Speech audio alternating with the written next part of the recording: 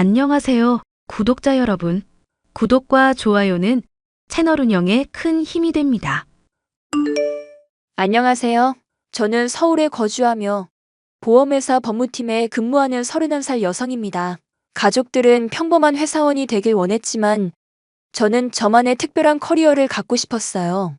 대학교에 입학하고 법과 경영을 공부한 뒤 대학원까지 학업을 무사히 마치고 변호사가 되었습니다. 벌써 4년 차네요. 오늘 제가 사연을 쓰게 된 이유는 1년 전 겪은 제 파혼 이야기를 해드리기 위해서예요. 파혼의 결정적인 원인은 예비 시어머니 될 분의 과도한 욕심 때문이었습니다. 아들 가진 엄마라면 아들 부심 있는 건 당연한 거라 생각합니다. 얼마나 귀하고 소중한 자식이겠어요. 그럼에도 불구하고 저는 그 사람의 됨됨이와 그 사람을 사랑하는 마음 하나만 보고 결혼을 하려 했어요. 하지만 예비 시어머니는 그런 제 마음을 철저히 짓밟으신 분입니다. 아들의 행복보다는 자신의 이익이 먼저였던 분이었죠. 어떤 사연인지 궁금해하실 것 같아 사연을 시작해 보도록 하겠습니다. 수연아, 회사 일 안 힘들어? 내가 뭐 도와줄 건 없어? 응, 괜찮아. 그래도 네가 있어서 다행이야. 나 혼자 어색해서 죽는 줄 알았다니까? 선배가 그러는데 원래 분위기가 이렇대. 그래서 처음엔 어색할 거라며 걱정해 주시더라고. 아무리 그래도 그렇지. 와, 사법고시 공부하는 것보다 회사 분위기 적응하는 게 더 힘들다.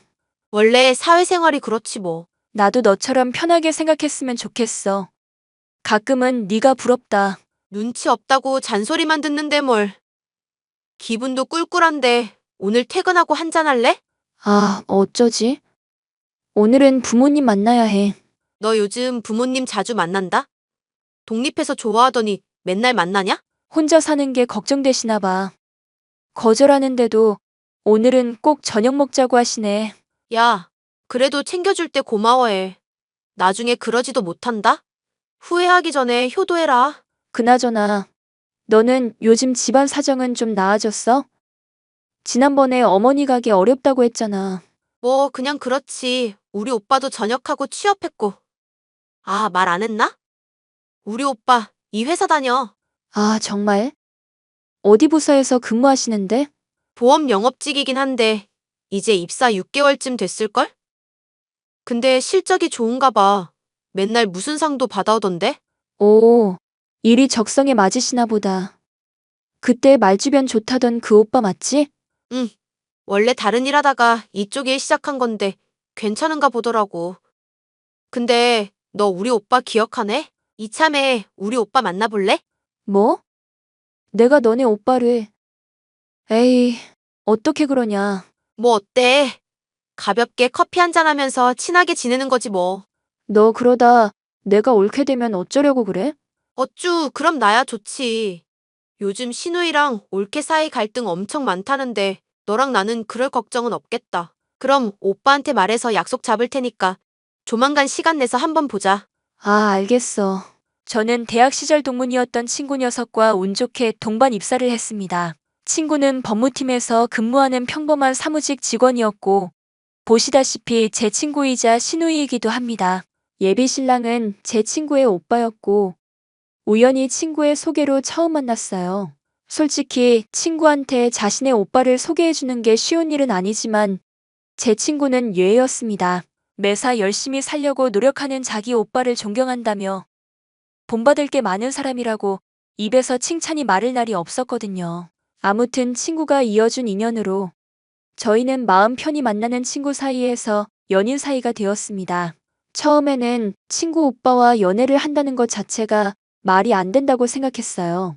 혹여나 이별을 경험할 경우에 서로가 껄끄러운 사이가 될 수 있으니 애초에 그런 일을 만들지 말자 주의였거든요. 그렇게 1년 반 정도 연애를 했고 결혼 정년기에 접어드니 누가 먼저랄 거 없이 결혼 이야기를 꺼냈어요. 수연아, 우리 올 크리스마스면 2주년인데 미리 양가 부모님한테 인사드릴까? 언제 인사드리려고? 우리끼리 대충 상의라도 하고 계획을 짜야지. 무작정 결혼할 거예요. 하면서 인사드린다고 다가 아니란 말이야. 아, 미안.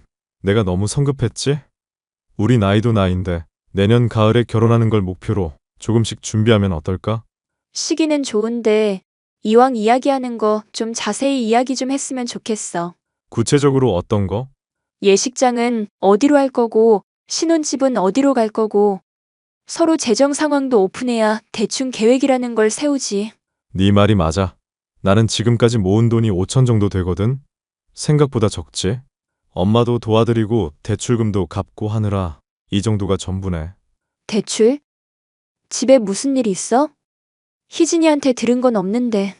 아, 엄마 식당 하시잖아. 코로나 때문에 직격탄 맞아서 한동안 손님도 없고 월세 낼 돈도 빠듯하다고 하셔서 내가 좀 도와드렸거든. 월세 못 내면 안 되니까. 아, 그렇구나. 그럼 그 돈을 돌려주시기는 하는 거야? 가게 상황 나아지면 주신다고 하셨어. 아무튼 돈 좀 보태드리느라 생각보다 적게 남았어. 상관없어. 어차피 집 사려면 대출 받아야 하고 전세를 살아도 대출을 받아야 해. 이래저래 다 돈이니까 크게 신경 쓰지 마. 우리가 못 버는 것도 아니고. 그렇게 이야기해주니 고맙네. 자기는 얼마 정도 모았어? 나는 이번에 자취 시작하면서 돈 쓰기 시작한 거고 그동안은 굳이 돈 안 써서 8천 정도 모았을 거야. 부모님이 적금 들어주셨던 것도 있어서 당장 뭘 시작하는 데 있어서 부족한 건 없을 거야. 아, 그럼 우리 집부터 알아볼까? 성격도 급하네. 어른들한테 인사드리는 게 먼저지. 그리고 자세한 건 상견례 다 끝나고 하는 거 아니야? 왜 이렇게 급해? 너랑 빨리 결혼하고 싶어서 그러지. 일정 조율해서 인사드리러 가자. 예비 신랑은 성격이 조금 급한 것 말고는 모두 괜찮은 사람이었습니다. 저를 소중하게 대해주기도 하고 직업 때문인지는 모르겠으나 항상 배려를 많이 해주던 사람이었어요. 이런 사람이라면 평생 기댈 수 있겠다 싶었고 결혼을 결심하게 된 거랍니다. 그렇게 양가 집안에 인사를 드리게 되었죠. 예비 시댁은 합정역 근처 30평대 아파트였어요. 예비 시어머니는 명동 쪽에서 식당을 운영하고 계신 상태였고 보통의 평범한 집이었습니다. 그런데 양가 집안에 인사를 드리고 상견례를 앞둔 시점에 예비 시댁의 사건이 발생하고 맙니다. 예비 시어머니는 아들이 결혼하기도 하고 이래저래 목돈이 들어갈 테니 지인을 통해서 투자를 좀 하셨나 봐요. 돈이 많으면 많을수록 큰 이익을 본다는 말에 가게를 담보로 대출받아 주식 투자를 하셨는데 사기를 당하신 겁니다. 하루아침에 식당 운영도 어려워지게 되고 수억 원의 빚이 생기면서 식당도 문을 닫고 집까지 팔아 빚을 청산해야 했습니다. 당연히 결혼 준비에도 차질이 생기기 시작했죠. 오빠, 엄마는 도대체 무슨 생각으로 그러신 거래? 한두 푼도 아니고 집까지 팔아서 못 메꿀 정도면 도대체 얼마나 끌어다 쓴 거야? 엄마 말로는 우리 결혼자금 해주시려고 혹해서 투자한 것 같던데. 너무 뭐라 하진 마라. 엄마가 작정하고 도박을 한 것도 아닌데. 그래도 그렇지. 세상에 이런 망신도. 그나저나 오빠 결혼은 어떻게 해? 글쎄다. 미뤄야 하는 게 맞는 거겠지. 지금 이 상황에 결혼하는 것도 웃기고. 많이 심각한 거야? 내가 자세히 물어보기가 좀 그렇네. 많이 심각하지. 아니, 가게 담보로 대출을 왜 받냐고. 갚지도 못할 거. 이게 뭐야. 답답하다 답답해. 이제 우리만 죽어나게 생겼어.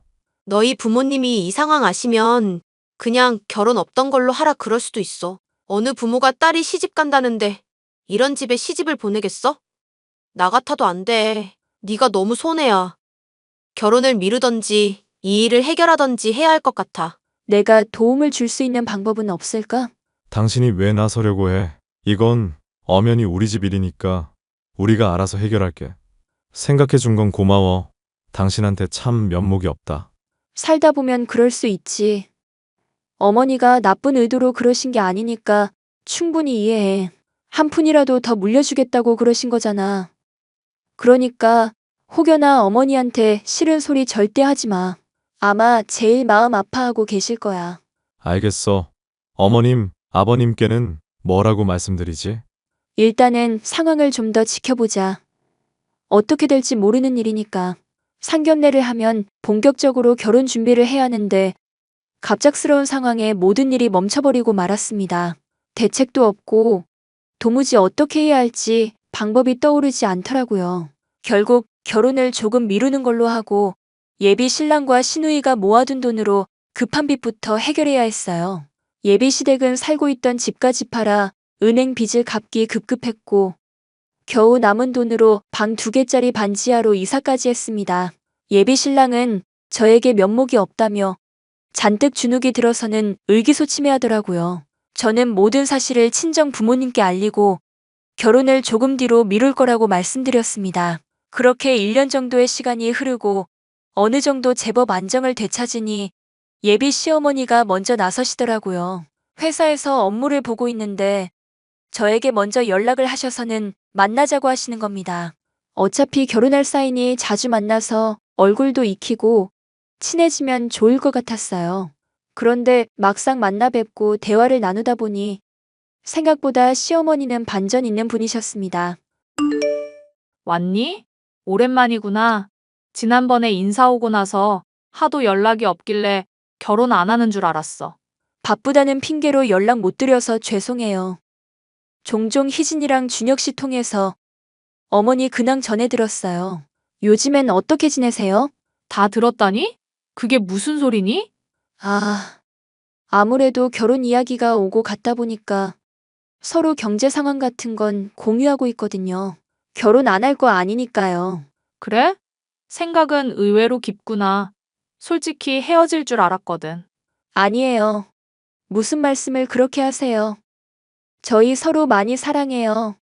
극복할 수 있는 건 같이 극복해야죠. 말은 잘하는구나. 우리 잘난 아들이 대기업 들어가더니 괜찮은 사람 하나 얻었네. 그래서 너희들의 계획은 뭐니? 일단 준혁 씨가 모아둔 돈을 쓴 상태라 조금 더 있다가 결혼식을 올려야 할 것 같아요. 상황도 상황인 만큼 더 벌어서 결혼하면 좋잖아요. 예, 그러다 우리 아들 다 늙어 죽겠다. 1살이라도 어릴 때 결혼해서 손주도 보고 그래야지. 너무 안일하게 생각하는 거 아니니? 글쎄요. 준혁 씨도 그렇고 솔직히 저희 결혼이 급한 건 아니잖아요. 급하지 않다니. 네가 뭘 몰라서 그러는가 본데. 결혼은 미루면 미룰수록 손해인 거야. 우리 집이 하루아침에 이렇게 된 건 나도 면목이 없다만. 그래도 우리 아들이랑 결혼할 생각이 없는 게 아니면 이참에 상견례하고 준비하는 게 나을 것 같은데. 아직 대책 세운 것도 없고 아무것도 없이 결혼할 순 없잖아요. 조금 양해 부탁드릴게요. 그리고 지금 당장 무얼 어떻게 하겠다고 장담을 못 드리는 게 준혁 씨랑 이야기도 해봐야죠. 그건 그렇네. 그리고 미리 말하겠는데 어디 가서 우리 아들 같은 신랑감 얻기 힘들다? 서울에 있는 대학 나왔지. 대기업 다니지. 네가 아무리 변호사라도 며느리 될 입장이잖니? 대충 알아들었으리라 생각하마.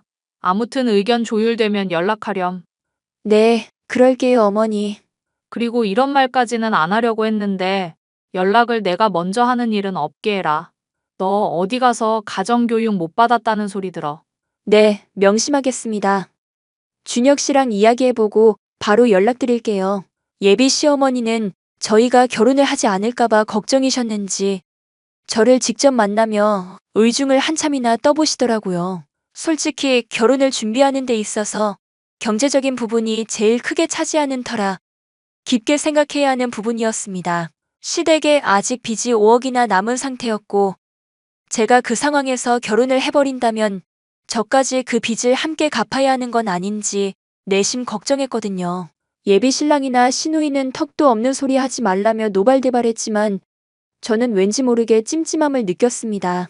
그렇게 예비 시어머니를 만나 뵙고 예비 신랑과도 이야기했는데 역시나 시간을 두고 지켜보자는 의견이어서 평소처럼 지냈어요.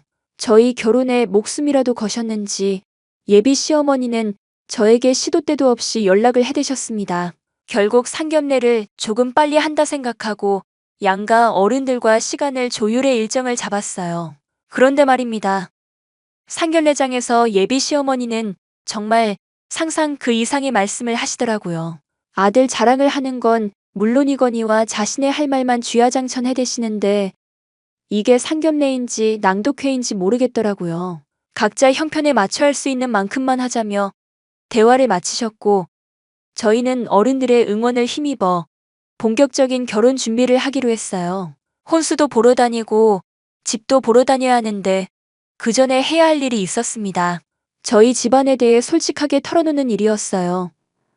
사실 저는 다이아 수저로 불릴 만큼 유복한 가정입니다. 제가 다니고 있는 보험회사 대표가 저희 아버지셨거든요. 워낙 내색하는 걸 싫어하고 평소에 검소하게 생활하시는 분들이라 그런 분들을 닮아서인지 저도 내색을 하지 않았거든요. 하지만 인생을 공유하고 평생을 함께해야 하는 만큼 당연히 알려줘야 한다고 생각했어요. 자기야, 나 사실 말 못한 게 하나 있어. 응, 말해. 뭔데 그렇게 뜸을 들여? 회사 이야기이기도 하고 내 이야기이기도 한데 당신이 충격받지 않았으면 좋겠어. 뭔데? 말해봐. 사실 이 회사 대표가 우리 아빠야. 얼마 전에 처음 봤지? 워낙 자신을 드러내지 않는 분들이라 나도 그렇고 미리 말하지 못해서 미안해. 아, 별거 아니네. 아니. 잠시만. 뭐라고? 이 회사 대표가 아버님이라고? 이명훈 대표님이 당신 아버지야? 응, 맞아. 아니, 엄청난. 이게 무슨... 미리 말 못해서 미안해. 당신이 부담 가질까봐 말 못했어. 그리고 사실 결혼하기 전에 엄마 아빠한테 우리 상황 다 설명드렸거든. 근데 내가 만나는 사람이니까 분명 좋은 사람일 거라고 금전적인 문제는 걱정하지 말라고 하시더라고. 자기야, 나 지금 너무 당황스럽다. 이게 무슨 경우인지 도대체. 당신 마음 충분히 이해해. 우리 결혼하는데 지장은 없을 거야. 나도 부모님 도움 안 받을 생각이었는데 나 결혼할 때 주시려고 미리 아파트도 사두셨더라고. 거기서 신혼살림 시작하면 되니까 우리 크게 부담 가질 필요는 없는 것 같아. 잠깐만. 당신, 언제까지 나 속일 작정이었어? 미안해. 많이 당황스럽지? 당황스럽지, 당연히. 그렇다고 당신이 변하는 건 아니니까 조금 놀랍긴 하네. 이해해줘서 고마워. 엄마한테는 당분간 비밀로 하자.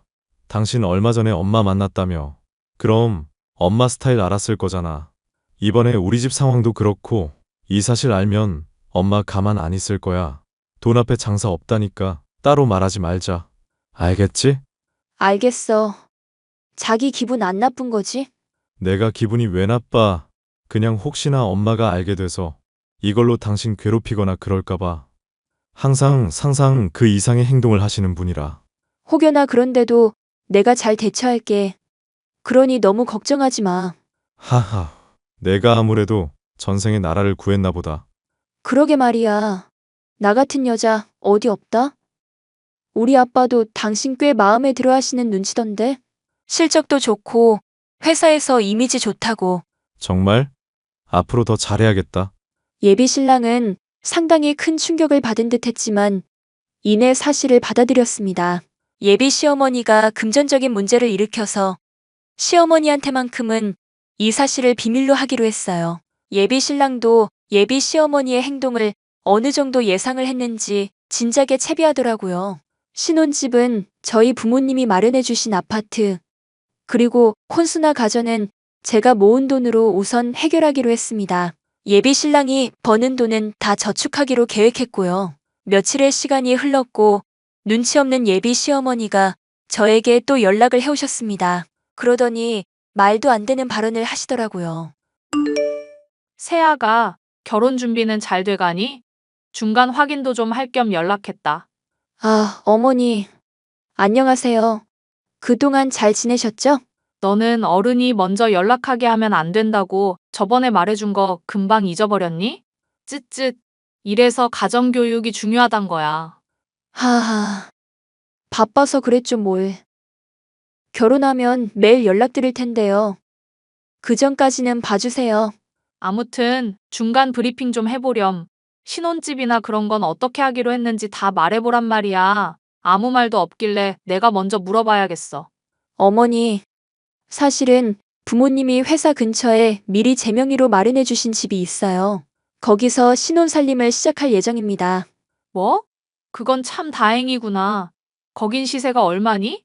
아파트긴 한데 지어진 지 좀 됐더라고요. 시세로 치면 7억 정도 합니다. 뭐? 7억씩이나? 얘 세아가 그러지 말고 돈도 아낄 겸 결혼하면 합가해서 살자. 우리 집 방도 하나 남으니까 여기서 신혼살림 차리고 그 아파트 팔아서 사업이나 하자꾸나. 네? 그게 무슨 소리세요? 말 그대로 사업하자는 소리다. 우리 집에 웬만한 살림살이는 있으니 혼수랑 집값이 굳는 셈이잖아. 그럼 너도 좋고 나도 좋은 거 아니냐? 물론 그렇긴 하지만 어머니, 저희가 어떻게 같이 살아요? 살려면 왜 못 사니? 원래 그렇게 비비적거리면서 살아야 가족 간의 정도 더 생기고 그러는 거야. 돈도 아낄 겸 그렇게 하렴. 그리고 혼수랑 집값은 굳은 거나 다름없으니까 예단을 좀 넉넉히 해오렴. 다른 거 다 필요 없고 현금 예단이면 된다. 얼마를 해드려야 하는 걸까요? 예단은 2억 정도만 해오렴. 딸 자식한테 집 장만해 줄 정도면 상당히 능력 있는 분들 같은데. 그 정도는 해올 수 있지? 어머니, 그건 좀 아니죠. 한쪽으로 기우는 결혼은 하지 말라는데 저 준혁 씨 하나 보고 결혼하는 거예요. 저희 부모님이 안 그래도 편히 많이 봐주고 계신데 현금 예단으로 2억을 해오라니요. 무슨 재벌집 결혼식도 아니고. 예. 우리 집이 뭐가 어때서? 방도 2개고 거실도 넓고 이 정도면 우리 식구 충분히 살아. 그러니 2억 가져와. 저는 그렇게는 못하겠네요. 지금 생각해보니 결혼하면 어머니 때문에 스트레스 받을 것 같아요. 뭐? 스트레스? 너 지금 말 다 했어? 없이 산다고 무시하는 거야? 옛날 같았으면 길거리에 드러누워 잤단 말이다. 얘가 뭘 모르는구나. 어머니, 저 이렇게 안 살아봐서 몰라요. 근데 반지하 2칸짜리 방에 물도 줄줄 새고 곰팡이는 가득한데 거기서 어떻게 다 큰 성인 3명이서 사냐고요. 위생적으로도 편치 않은 상황이에요. 말이 안 된다고 생각합니다. 뭐가 말이 안 된다는 건데?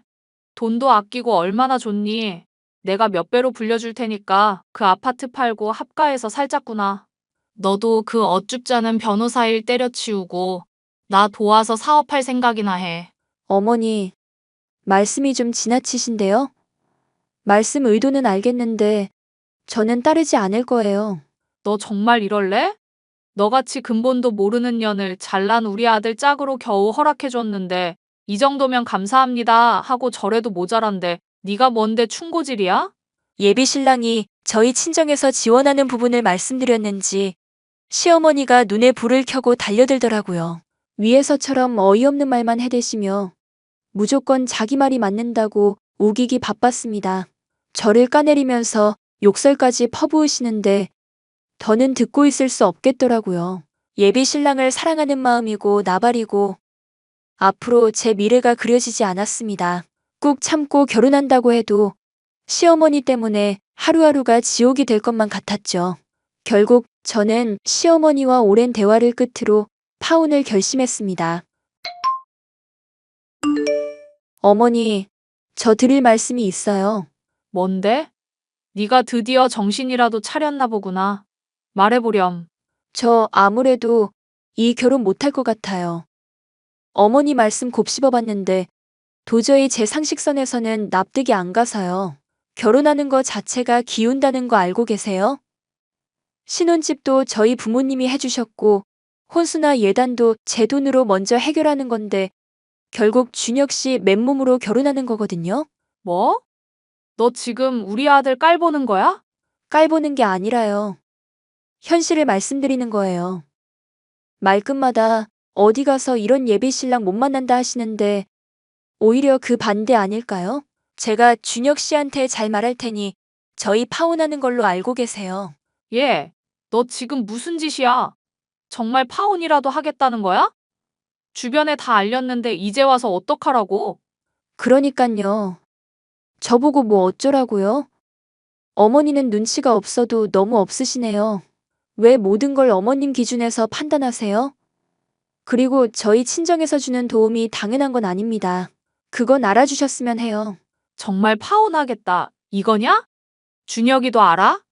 네, 전달했고 아직 답변은 없지만 메시지 읽었어요. 저 어머니랑 평생 잘 지낼 자신도 없고 이런 거 극복하면서 스트레스 안 받으리란 보장도 못할 것 같아요. 그니까 그냥 각자 형편에 맞는 사람 만나서 행복하게 사는 게 제일인 것 같네요. 어쨌든 저는 아닐 것 같으니까 새로운 인연 잘 만나세요. 야, 이 버르장 머리 없는 년이. 너 지금 나 가르치려고 하는 거니? 아니요. 제가 어떻게 어머니를 가르쳐요. 앞으로 결혼 진행은 어려울 것 같아요. 평생 살아야 하는데 마음 하나 갖고 결혼하는 건 아닌 것 같네요. 그럼 잘 지내세요. 아, 그리고 그건 아시나 모르겠네. 어머니 염치 좀 챙기시고요. 자꾸 저 무시하시는데 그러면 안 돼요. 뭐? 무시하지 말라고? 네가 근본도 모르는 년이라서 그런 건데. 뭐가 어쩌고 저째? 그놈의 근본. 어머님, 그건 아세요? 어머님, 아들이 다니는 그 회사 대표가 제 아버지인데요? 거짓말하지 마라. 이게 보자 하니까 날 아주 우습게 알지? 못 믿으시겠다면 준혁 씨한테 물어보세요. 그럼 전 이만. 앞으로 마주치지도 연락하지도 않았으면 좋겠네요. 야, 야! 저는 쿨하게 예비 시어머니와 예비 신랑에게 파혼을 선언했습니다. 모든 사실을 알게 된 예비 시어머니는 땅을 치고 후회한다며 저를 붙잡으셨어요. 남편은 어느 정도 상황을 예상했는지 생각보다 이별을 덤덤하게 받아들이더라고요. 같은 회사라 얼굴 보는 게 좀 찜찜하긴 하지만 현실이 그러한데 뭐 어쩌겠나요. 저희는 그렇게 파혼을 하기로 합의했고 회사에서는 그저 직장 동료로만 지내고 있답니다. 앞으로 더 나아질 것도 없고 그 이상 그 이하도 아니거든요. 결혼을 한 게 아니라 파혼으로 그쳐서 천만다행이지만 저도 사람인지라 조금 씁쓸하긴 하네요. 파혼을 하게 되니 결혼이라는 것에 대해 다시 한번 생각하게 되더라고요. 굳이 해야 하나 싶기도 하고 그저 주어진 일이나 열심히 하라는 뜻으로 받아들이려고 합니다. 제 사연은 여기까지예요. 어떠셨나요?